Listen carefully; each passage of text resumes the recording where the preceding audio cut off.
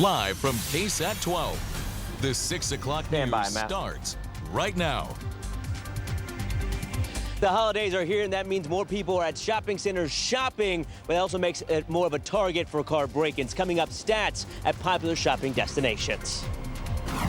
Some people see it as a big, nasty surprise. Big increases in their water bills after these new meters are installed. We'll tell you what may be causing it and what you can do about it. The San Antonio community is mourning after Fiesta icon lost his battle to cancer. Coming up, I talk with the family who tells me how they're going to keep his legacy alive. And a big update to the weekend forecast that will impact travel, not only across the nation, but across Texas. I'll have the latest coming up. Good evening, and thank you so much for joining us tonight. I'm Stefania Jimenez. And I am Ernie Zuniga. We are now 2 days away from Thanksgiving, and that means people have already started Christmas shopping. Can't believe it, but yes, so we know that with the increased traffic at shopping centers usually comes with an uptick in car break-ins. Not what we want to deal with, but it's the truth. Yeah. Our John Paul Barajas joins us live now from the Rim, where they've already seen a fair share of car burglaries. John Paul. Ernie, Stefania, with the holidays upon us, people are shopping for the perfect gift for loved ones or the perfect gift for themselves. Unfortunately, criminals try and take advantage of vacant cars at shopping centers, parking lots like here at the Rim. According to the Nexus Lexus Community Crime Map, there's been 63 car break-ins or burglaries here at the Rim from the start of the year to November 20th. SAPD recommends the basics. Lock your car, take valuables out of your car, and don't leave bags or purses in plain sight. What goes through your head when you know that this time of year people are shopping for themselves or shopping for loved ones, and this is when sometimes criminals try and take advantage of people not being aware or just being in a rush? Oh, that's just kind of sad. You know, tragic all around. Obviously don't want anybody to have any of their stuff stolen, especially, you know, some people may not have the money to replace what was stolen. Coming up tonight at 10, we'll hear from more shoppers as well as take a look at stats at other popular shopping destinations like Ingram Park Mall, North Star, and South Park Mall. We'll also bring you those stats and an interactive map that you can check out on KSAT.com. At the Rim, John Paul Barajas, KSAT 12 News. All right, John Paul, thank you, sir. San Antonio police are hoping that newly released video will help them find the vehicle connected to a deadly shooting that happened back on Thanksgiving Day of 2021. SAPD believes the suspects that were shooting were in that white four-door car you see there. They say somebody in the vehicle started shooting at a house on Sunrise Creek Drive near Benz Engelman Road. Now, 3 siblings were killed in that shooting. Charles Wolford and Eugene Hodge died that day. Shinobia Wolford was left paralyzed and died from complications in June of 2022. Now, if you know anything that could help police solve this crime and bring justice for the victim's family, you are asked to call Crime Stoppers at 210-224-STOP. 2 drivers involved in a head-on crash could both be facing charges. That accident happening around 2:30 this morning on O'Connor Road near Loop 1604. That's where San Antonio police say that a man driving a Volkswagen collided with another driver in a sedan. Both of them taken to the hospital with minor injuries. The man in the Volkswagen was checked out, arrested for DWI. However, officers think that both drivers were intoxicated. There are questions tonight after smoke and flames were seen among crushed vehicles at a food supplier on the southeast side. And this is video from earlier this morning. We're told it all started around 2 a.m. on Center Road near Southton Road. That is just south of Loop 410. We know the flames did not spread beyond this area and nobody was hurt, but we're still working to learn exactly what sparked the fire. Small box at the center of a big controversy for some people in San Antonio. The San Antonio Water System, or SAW, installing new meters that some homeowners, not too happy about. Katrina Weber shows us why they believe they're being financially soaked. $30 bills for like 4 or 5 months until they came and put the meter in. Ever since that day in March when the San Antonio Water System installed a new meter at her home, Tony LeGrand says she's been riding a wave of water bills, up and down, then up again. Now, here comes the doozer. This is my October bill for $379. That's more than 10 times what she was used to paying. Still, she did just that. Then she says she found a sea of other homeowners in the same boat. Because there's too many people who are randomly saying this. You don't have to look far on social media for a whole list of people with similar complaints. One person complained about a $250 bill when it's usually about $60 per month.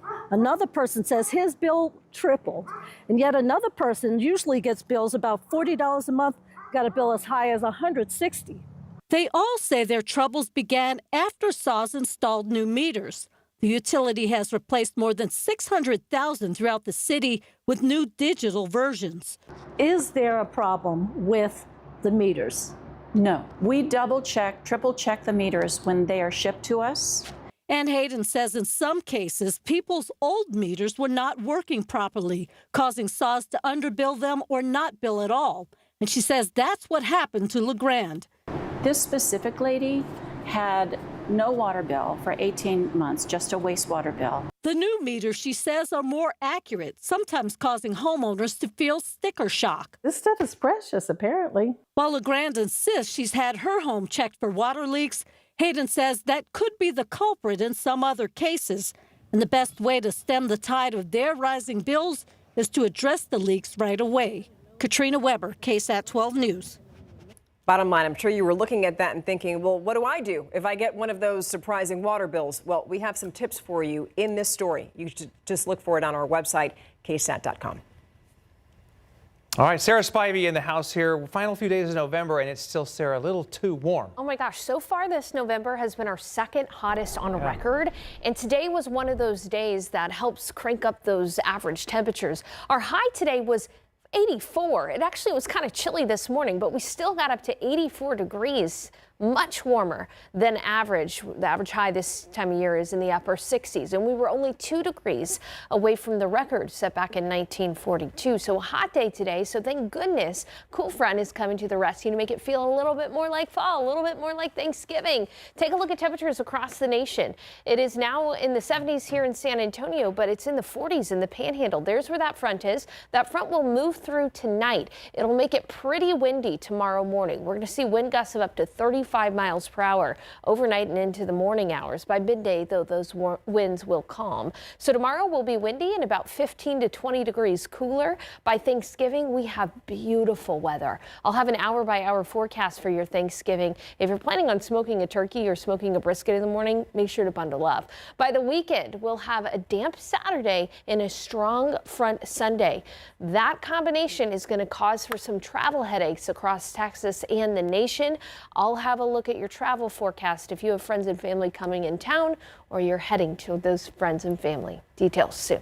Okay, looking forward to that, because right now we're having just a little bit of slower traffic right there. You're looking live at Loop 410 at McCullough, where you can see traffic there on the left lanes, just a little bit more packed. But, you know, it is, after all, 6:06, so you can assume that that's rush hour traffic, but nothing too big or nothing too bad going on out there right now. Okay, well, imagine qualifying for taxpayer-funded home renovations only to end up with mounds of raw sewage in your backyard. Not what you want to see. But that was the reality for a family living on Leal Street after they took part in the city's major repair program last year. The company behind the project is by now a familiar name to a lot of you KSAT viewers, Pro Masters Remodeling. They are the city's most popular contractor. I feel betrayed, I feel let down, I feel deceived, because everything they told me was going to be fixed, that was going to pass, that needed to be up to code, was not done properly, and it's only made it worse. Now tonight on the Night Beat, Neighborhood and Housing Services Director from the City of San Antonio will defend that contractor. Do you have your running shoes ready? Do you? You're like, no. No, I don't. No? Okay, okay. Because the San Antonio Marathon now just 2 weeks away. My son does. He'll be there. San Antonio Sports hosting their inaugural San Antonio Marathon. It includes a Friday evening 5K under the lights and an expo as well. Okay, but that's not all, because then there's the half marathon and then the marathon on Sunday. Stephanie Cerna shows us what it takes to make all of that happen. Come on down! Woo-hoo! You're giving back to the community and you're helping someone succeed. And you don't know, it could be the very first time somebody's running a marathon. Heather Hepp knows the importance of having volunteers on a race route. Free water! She's been a volunteer for years, but she's also a runner. It's so impactful that somebody who's affected my journey, I now have that opportunity to share that same experience with them on the other side of the water. Heather is one of hundreds of volunteers who will be helping out at the inaugural San Antonio Marathon weekend. San Antonio Sports is hosting the weekend-long event, which includes a 5K, an expo, the half marathon, and the full marathon. And so far, they say the response has been tremendous. We're anticipating 18,000 plus registrations over the 3 events that we have, our 5K, our half, and our full.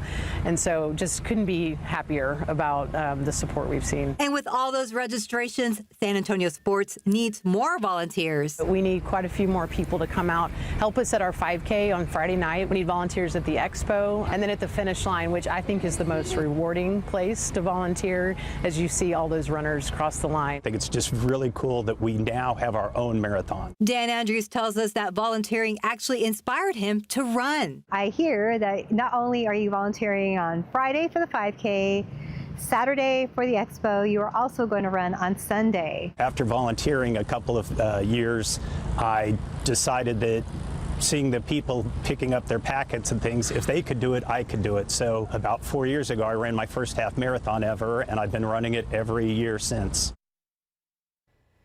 That is awesome. Pretty good. I love when people pick up new habits, and Yes. it's just especially something like that. It's so good for you. So if you'd like to volunteer, you can get that information on the San Antonio Sports website, which is sanantoniosports.com. Right, and if you're running the marathon, the half marathon, or the 5K during San Antonio Marathon weekend, we would love to hear from you. Stephanie would love to hear from you too. KSAT's inviting runners to share their stories ahead of Marathon weekend. You can find a link on our website. Just go to ksat.com and get in touch with us. Yes, happy running. Yeah. Parents, if your kids are sitting playing Roblox this holiday, make sure you know there is another layer of safety added as of last week. An attorney tells us why it's necessary. And there's a battle brewing over the future of online shopping. We're going to take a look at the race to add AI shopping tools. It's the season of giving, and several events around San Antonio are held today where organizers were giving in big ways. We'll tell you how their generosity will impact our city beyond today.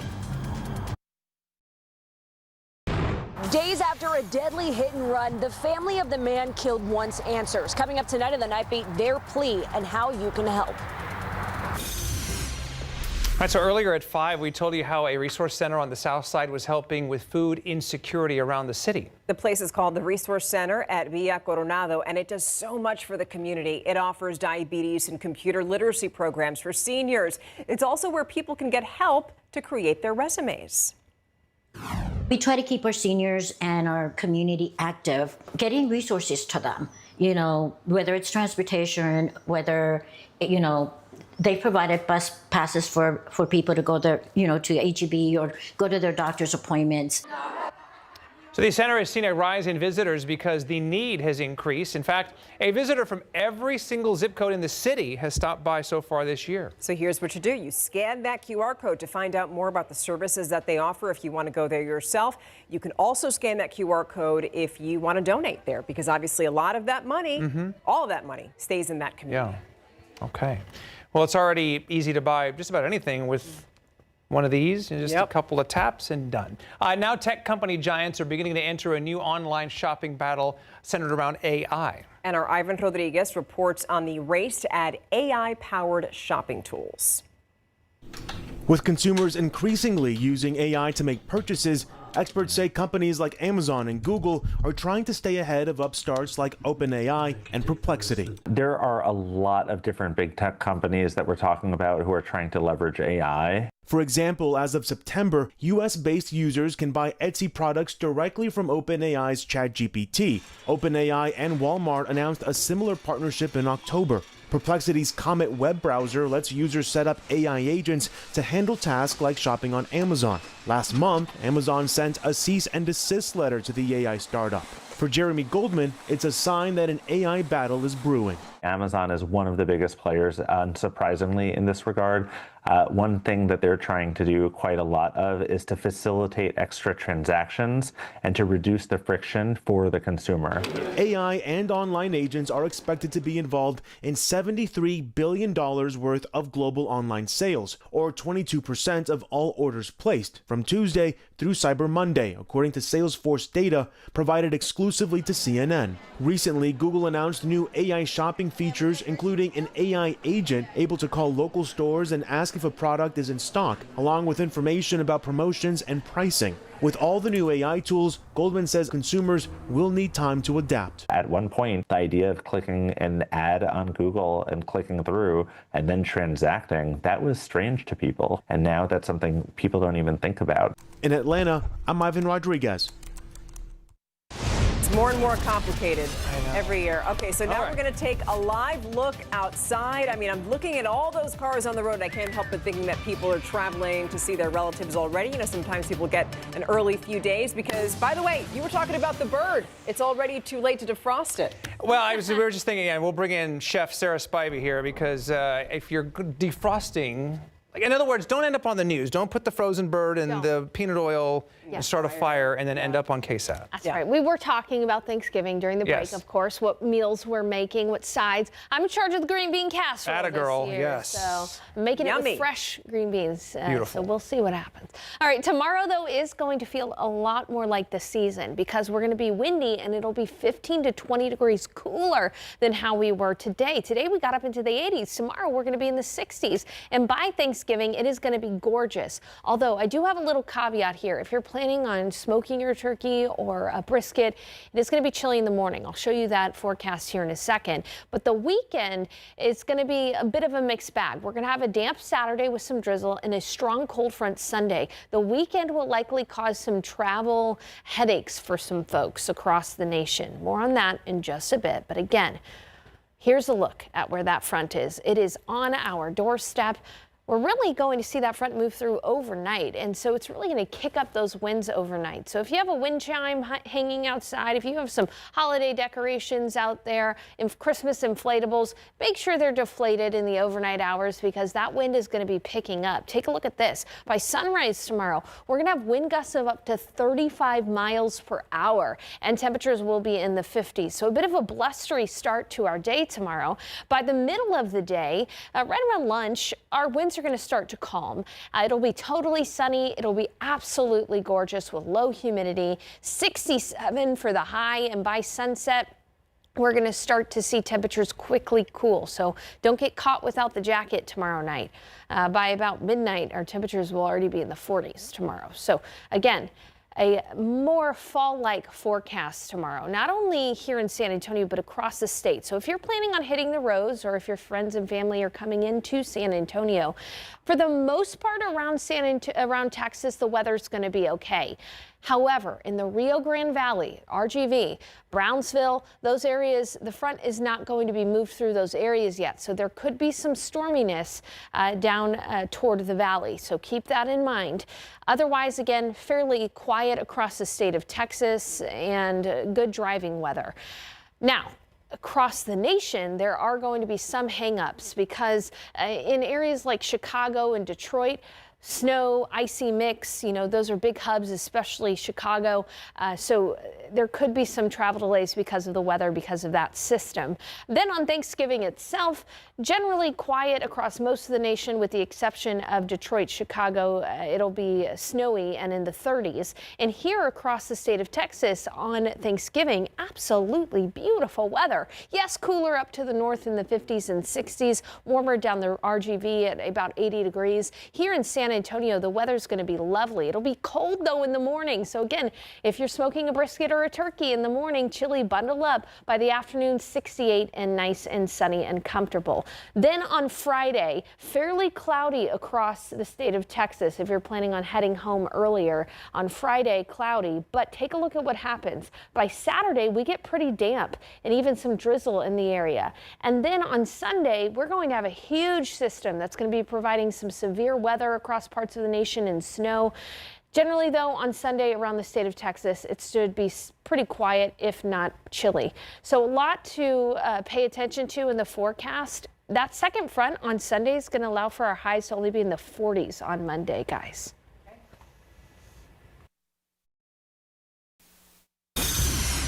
Hi, welcome back. So if you've ever been to Niosa, during Fiesta time, you've likely come across some Fiesta icons, including Mr. Chicken, better known as JJ Gonzalez. Better known as the man who got us all hooked on chicken Yes. on a stick. Gonzalez was always smiling and interacting with the Fiesta community. Yeah, but now this upcoming Fiesta in 2026 will be different after it was announced over the weekend that Gonzalez passed away from kidney cancer. Our Rocky Garza spoke with his family, and they're remembering him well beyond the chicken and Fiesta. If you were to see his smile, he would light up a room. If he were to enter a room, everybody would have the hugest smile, knowing that the time was not going to be boring. When Sydney Gonzalez looks around Froggy Bottoms at La Villita, she gets flooded with memories, love, and warmth. It's all from the time she spent with her husband JJ. From seeing him giving interviews with the media or educating strangers at Niosa about Mr. Chicken, she smiles because she loved how he treated others like family. And now that he's gone, she admits the pain lingers heavy. But knowing how much of an impact he has made on San Antonio is what she's going to use to keep going. He would always express, how often he would, do things to help the community in any way. His daughter Summer echoed her mom's feeling. She said it was cool seeing her dad serve the community in a way, but she'll miss him as a friend and father. While Summer says she was always a bystander to the magic that took place behind the chicken on a stick, she hinted at possibly learning the process to take over the tradition. But for now, they both want to thank the community for embracing who he was and loving him every Fiesta. I want him to be remembered as the light that will never be dimmed. Rocky Garza, KSAT 12 News. He was such a good guy. Definitely a light. Yeah, no, he will be missed for sure. All right, we're going to move on now to this. San Antonio National Cemetery is rallying our community to place remembrance wreaths on 162,000 veterans' graves at Fort Sam Houston this December. Each wreath is a symbol of courage, love, and sacrifice. So just for $17, you can join the proud tradition of wreaths across America and support local veteran groups. You can sponsor a wreath in honor of or in memory of a loved one who served, or you can sponsor one and then let the organizers designate a recipient. Laying of the wreaths will happen on December 13th. Volunteer opportunities are available. If you're interested to help in any way, you can call that number there, 210-818-1055. All right, don't go anywhere. Mayor Gina Ortiz-Jones is literally, as we speak, is walking into the studio here. She will join us in the next half hour for our KSAT Q&A. We'll be right back after this. If your kids are sitting around this holiday playing Roblox to pass the time, there's a new safety feature that you need to know about. Right, so the app, which holds over 40 million user-created games, has become a hotspot for child predators, so the app is having to add some more barriers. Courtney Friedman told us about new potential parental controls earlier this year, and she now clues us in on the new AI age recognition technology that's going to be required on Roblox come January. Roblox is a popular social gaming platform where 40% of its 84 million users are under 13 years old. Many families play together and love the app, but other parents are sounding an alarm. We have filed about 15 cases across the country in federal and state court. Child has been identified, targeted, and groomed on the Roblox platform. Attorney Alexandra Walsh says those kids have either been sexually exploited or even physically assaulted, like a girl in Galveston.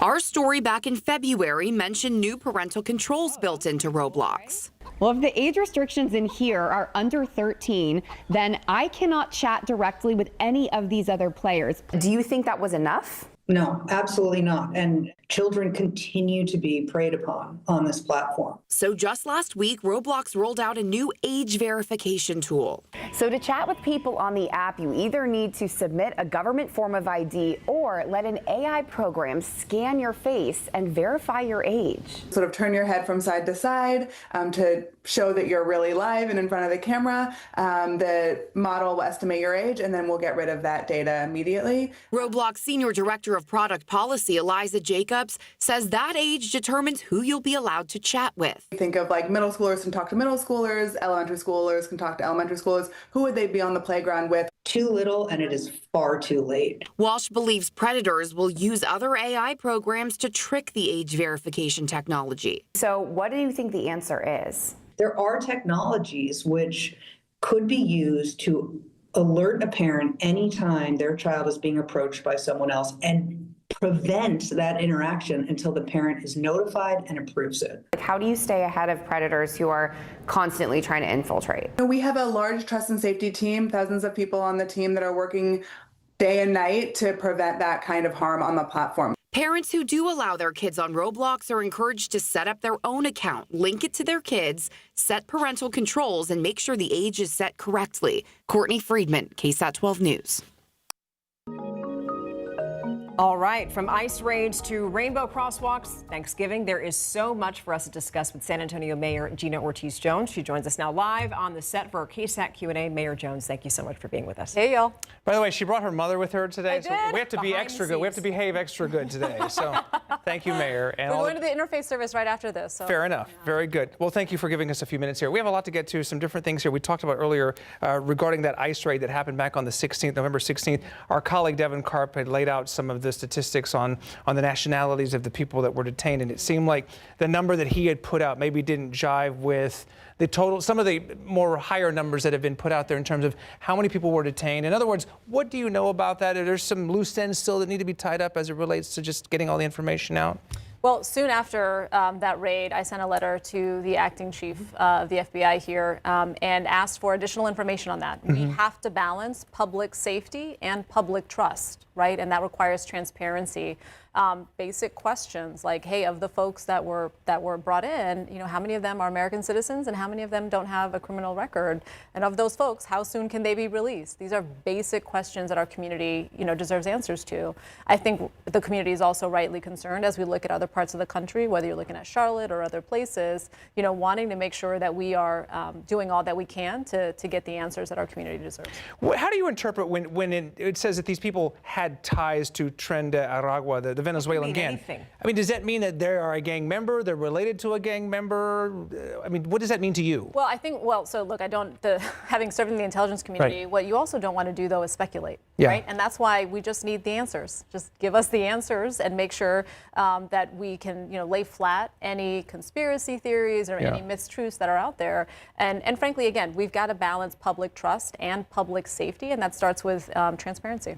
Okay, so now we want to talk about the Rainbow Crosswalk. Pride San Antonio putting pressure on you, the city. They're basically telling the city to reject that order from the state, which came down where Governor Greg Abbott said, we want you to remove anything that's distracting from these streets. And the argument was that it was about public safety. All right. Well, this group now, Pride San Antonio, is saying that if the city doesn't back them, because they want to keep the Rainbow Crosswalks, that they're taking the case to court. What's your response? They're free to do that. They're a private entity, and they're free to exercise their legal rights. I continue to maintain, as the chief elected officer in this city, I have a duty to ensure that we are considering all factors in this. The governor and others have been very clear about the potential retribution, the potential threat to taking funds away, That's right, to our infrastructure, et cetera. And look, when we think about the long game here and frankly who some of these impacts may fall upon, which is the most vulnerable. We just went through the longest federal government shutdown in our community, and who did that fall to? The most vulnerable. So we know retribution that is frankly, again, not impossible as they've alluded to. We've got to think about what moves the ball forward. I think there are many ways in which we can show our pride as a community and frankly show good allyship with my LGBTQ community, and I think that's where we should be focused. And I'm working with the chamber on ideas to do just that, and so I look forward to doing that. But again, this group is a private entity and free to exercise their rights. But in a perfect world, would you like to see them stay, the crosswalks? Of course. I mean, yes, yeah. Right? I mean, this is, I think it's important. Those are also, I think, importantly to know, privately funded, right? And I think the data has also shown that there, in fact, is no public safety issue here. Yeah. I mean, look, I served under Don't Ask, Don't Tell. All right, that was not about good order and discipline in the way that this paint is not about public safety. I think we just have to recognize the moment that we're in, though, and be clear-eyed and pragmatic, and think about the real harm to our community if we are not. Yeah. And Don't Ask, Don't Tell, by the way, as it relates to your military service is what you're talking about. Yeah. So, very good. Okay. As you were coming in, you were bringing up something that I was not aware of yet. You were talking about something that's happened in Dallas as it relates to the election, which I guess is scheduled for 2026, that could be in play for San Antonio. and could save us some money potentially? So to back up, so earlier this year, the legislature, there was a bipartisan bill that passed that essentially said municipalities could move their elections right from May to November, only in an off year, so the odd years, right? And so Dallas took advantage of that, and they just 10 days ago their council voted to move it from May into November. And the reason that cities have chosen to do this is because, one, it saves money. By an estimate by our own city manager, if we were to move our election from May to November, we'd save $1 million. And oh, by the way, and when they did this in other communities, they saw turnout double. Right, and so I know the complaints, low turnout around a May race. I mean, we had an election during Fiesta. Not ideal, right? I think it's important that we are thinking about how can we save money, how can we also encourage turnout, and the piece of the legislation that I referenced, the thing that is tricky about that, and why we need a sense of urgency, why I asked my colleagues that we consider this. I sent them a memo as well as some additional information that could provide some thoughts around this, is because the legislation is very clear. If you want to do this, municipalities, you have to do it by the end of the year. So there is time, not a lot of time. Yeah. But I think, the other thing that's important is that if we don't do this, we would be the only major Texas city with a municipal election not in November. Austin has theirs in November of an on year, right? So an even year. All the others, Dallas and Houston have theirs in November of an odd year. This has been the case in Houston for decades. And again, you hear me talk every time I'm up here about the budget gap. And so if we can save ourselves $1 million and have double turnout in a municipal election, that seems like a good thing to consider. Okay. Mayor Jones, thank you so much for being with us here on the set. Thanksgiving. Happy Thanksgiving to you, and I hope that you enjoy the service with your mom. Oh, thank you. Appreciate Very good. Okay, we'll be right back. My friends, we keep talking about Thanksgiving, okay? And I keep looking at this here. 76 degrees out there right now, and I keep looking at that temperature because I know at some point we are going to get that sweater weather that we've all been craving. I love that. Take a look at these highs. Okay, so tomorrow we're only going to be in the 60s. By Friday, struggling to get out of the 50s, and then a stronger front allowing for highs only in the 40s. Now, I know that Saturday looks like it might be a good day to set up the Christmas decorations, high of 70, but it's actually going to be the worst day. Coming up, I have a look at your Christmas lights forecast. When should you set them up? I'll have those details in a bit.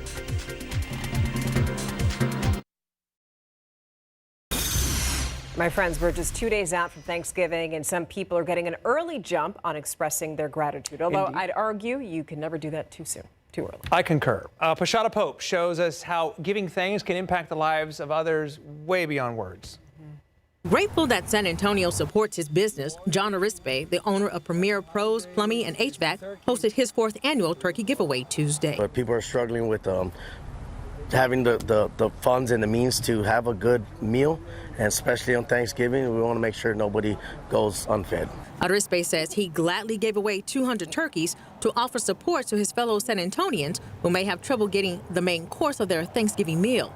And nourishing families, also the purpose of attorney Thomas J. Henry's major $250,000 donation to the San Antonio Food Bank as part of the Feast of Texas initiative. Moms, grandparents, someone on their own that need help at this time of the year. I personally know what it's like to be a little hungry, and I know that feeling, I know that desperation, I know that loneliness, so that's why I do it. And from helping to feed the body to helping the body and mind heal. I thank Thomas J. Henry for their support. Because of this support, we're able to meet our holiday demands. We had a goal of raising 16,000 turkeys, and this goes a long way in ensuring that was done. Ricky Munoz and Renee Martinez, 2 of the founding members of the Tejano Norteño music group, Intocable, on hand for the blessing of the new family and caregivers areas on 3 floors at Christus Children's. The group making a $130,000 donation to the Christus Children's Foundation. And it's a blessing to be in this position where you can help and make a difference and see, the people that really need that, being very, very appreciative. The holiday season just affirms what a generous community can be, and that is a well of love and compassion in tough times.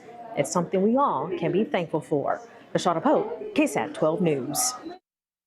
Yes, and that's why I love this time of year. Just because Absolutely. it's time to kind of settle down, focus on what's important, right? Being with your family, having good food, yes, but just really the season of giving, gratitude. Absolutely. We had 10 more pashadas. We could tell more stories, but we only have one. Another tradition that people do around this time of year is after Thanksgiving, they set up the Christmas decorations. Yes, ma'am. Right? So I wanted to give you an outdoor decorating forecast because after Thanksgiving, the weather's going to be a bit dicey. Now, if you want to get an early start to that and do that tomorrow, I think you'll be okay. We'll just have a windy morning. Otherwise, it's going to be sunny and lovely and in the 60s.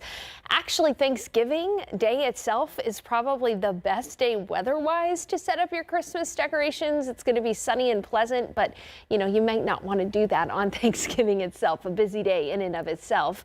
By Friday, the day after Thanksgiving, it's still going to be okay, just cloudy and cool, temperatures in the 50s, so not ideal, but fine. By the evening on Friday, we could even have some drizzle, which would not be good. And speaking of that, I think Saturday is going to be a bad day to set up the Christmas decorations outside, the Christmas lights. I know a lot of people were planning on doing that on Saturday. It's going to be damp and drizzly and in the 60s, and Sunday is going to be blustery. So again, I think you've got tomorrow, maybe Thanksgiving, and maybe the day after to get those outdoor Christmas decorations together, or else you might have to wait until the middle of next week. Highs today, we got up to 84 degrees. It was a warm one, but a front is on its way to help rescue us from the heat. It is only 73 right now in San Antonio, but this is where the front is moving through North Texas. It's only in the 40s in Amarillo. Tomorrow morning will be windy, so that front's going to move through overnight while we're sleeping. By the time you wake up tomorrow, it's going to be windy with gusts up to 35 miles per hour early in the morning. But by the midday hours, those winds will calm, and we're going to have a lovely day, a high of 67. So much cooler than today by some nearly 20 degrees. And in fact, it'll only be 64 in Kerrville, 61 in Rock Springs, 67 in New Braunfels, in the low 70s south of San Antonio. But with clear skies and calm winds tomorrow night, by Thanksgiving morning, look how cold it's going to be. It's going to be in the 30s in the hill country and in the low 40s around San Antonio. I've been saying this. People get up early to smoke a brisket or smoke a turkey. You're going to want the jackets early in the morning, but by the afternoon, it's going to be pitch perfect, 68 degrees for your Thursday Thanksgiving forecast. Then clouds quickly return. By Friday, we could even have some drizzle by the afternoon and a high of only 61. And then Saturday, I think is going to be a fairly damp day with drizzle and temperatures in the 70s. Then a colder air mass is going to work its way through on Sunday in the form of a second cold front. And then take a look at the temperatures behind this front. Our highs will only be in the 50s on Sunday, struggling to get out of the 40s on Monday. It's actually going to feel like December as we get into December. Now, we'll have plenty more news for you coming up after the break.